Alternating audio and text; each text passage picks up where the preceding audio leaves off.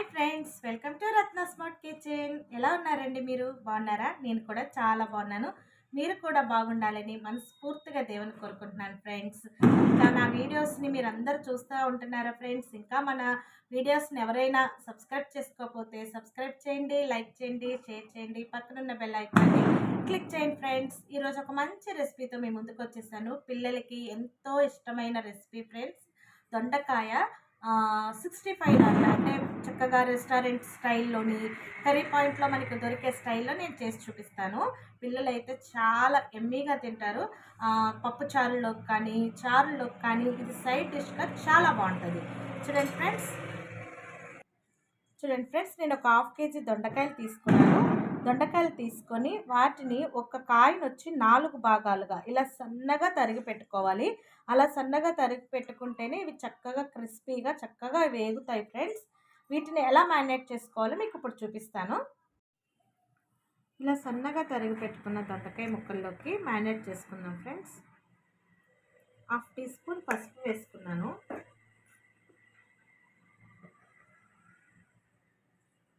1 table spoon కారం వేసుకున్నాను. కారం అనేది మీరు తినేదాన్ని బట్టి అడ్జస్ట్ చేసుకోవచ్చు. నేను 1½ వరకు వేసుకున్నాను. 1 teaspoon salt, 1 tablespoon cornflour, 1 tablespoon rice floor,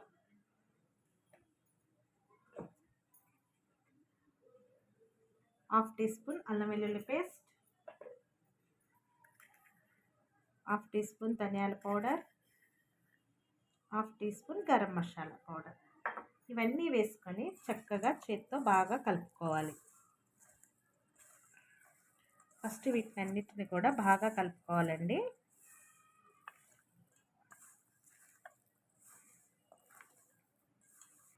చూడండి, ఇలా కలుపుకున్న తర్వాత కోటింగ్ అనేది మనకి సరిపోకపోతే మరలా కొంచెం యాడ్ చేసుకోవచ్చు. నేను ఒక 1/2 టీ స్పూన్ వరకు వేసాను. ఒక 1/2 టీ స్పూన్ వరకు రైస్ ఫ్లోర్ అండ్ కార్న్ఫ్లోర్ 2 కూడా కలిపాను అనమాట. కలర్ అనేది నేను యాడ్ చేయట్లేదండి. ఎవరికైనా కలర్ కావాలనుకుంటే కలర్ వేసుకోవచ్చు, అది ఆప్షనల్ మాత్రమే.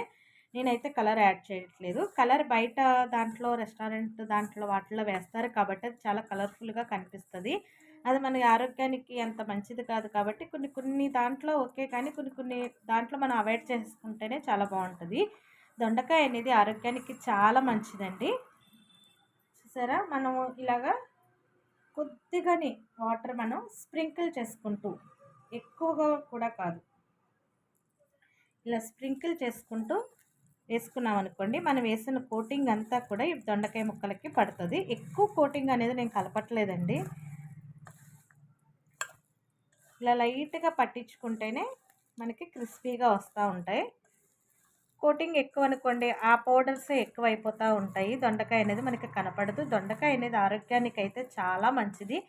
చాలామంది దొండకాయ తింటే నాలుక మందం అయిపోతుంది, మొద్దుబారిపోతారు అని చెప్పేసి తినరు. కానీ బాలింతలకి అది కూడా చాలా మంచిదండి. ఇది దొండకాయ ఇగురు కానీ దొండకాయ ఫ్రై కానీ బాలింతలకి పెట్టారంటే చక్కగా పాలు అనేవి పడుతూ ఉంటాయి పిల్లలకి. చూడండి, ఇలా మ్యారినేట్ చేసి పెట్టుకొని మనం ఆయిల్లో ఫ్రై చేసేసుకోవడమే. ఒక కడాయి పెట్టుకొని ఆయిల్ అనేది నేను ముందుగానే హీట్ చేసేసుకున్నానండి. తర్వాత చక్కగా మనం ఇలా పకోడీలు మాదిరిగా వేసేసుకోవాలి.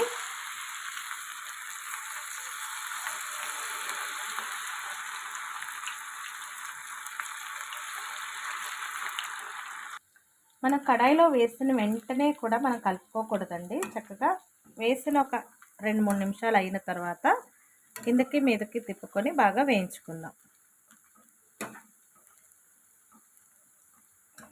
చూడండి ఫ్రెండ్స్, ఇలాగ చక్కగా ఎర్రగా వేగేంత వరకు వేయించుకొని మనం టిష్యూ పేపర్ వేసుకొని అందులో వేసేసుకోవాలి. ఎక్సెస్ ఆయిల్ అంతా కూడా అబ్జర్వ్ చేసేసుకుంటుంది, మనకి ఇంకా ఆయిల్గా అనిపించదు.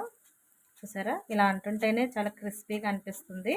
కోటింగ్ కావాలనుకుంటే ఇంకొంచెం వేసుకుంటే సరిపోతుందండి. మాకైతే ఎక్కువ అవసరం లేదని నేను ఎక్కువ వేయలేదు. చూడండి, తర్వాత మిగిలినవన్నీ కూడా సేమ్ ముందు మనం ఎలా వేసుకున్నామో అలాగే వేసేసుకొని వేయించేసుకోవాలి.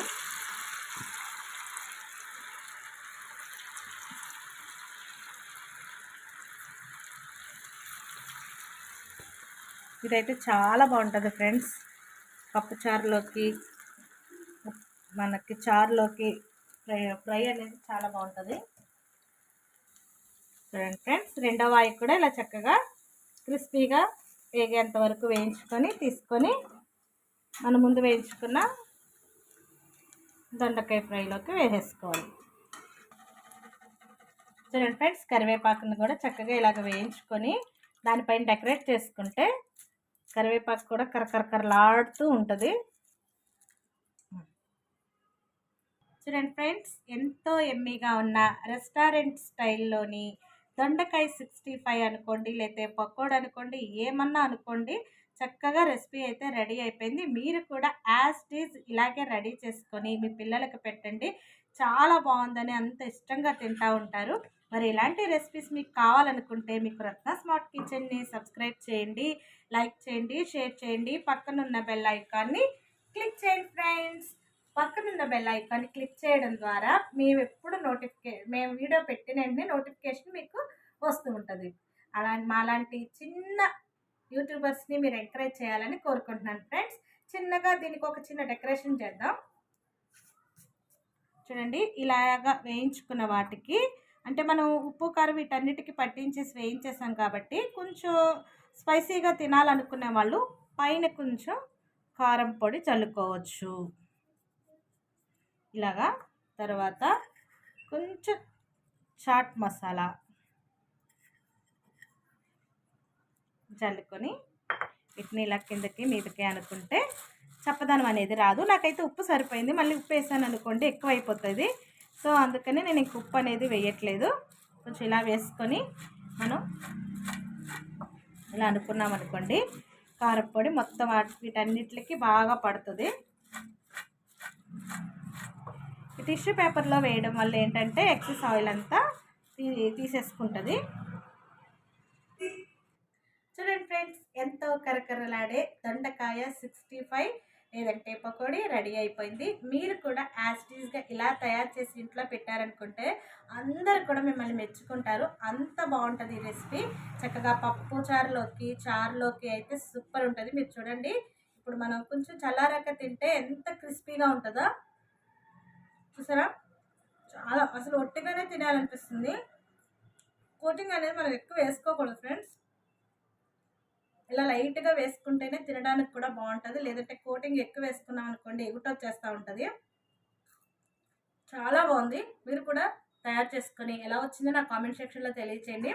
ఇలాంటి రెసిపీస్ అన్నీ కావాలంటే రత్న స్మార్ట్ కిచెన్ని సబ్స్క్రైబ్ చేయండి, లైక్ చేయండి, షేర్ చేయండి, పక్కనున్న బెల్ ఐకాన్ని క్లిక్ చేయండి ఫ్రెండ్స్. మరొక మంచి వీడియోతో మీ ముందుకు వస్తాను. అంతవరకు బాయ్.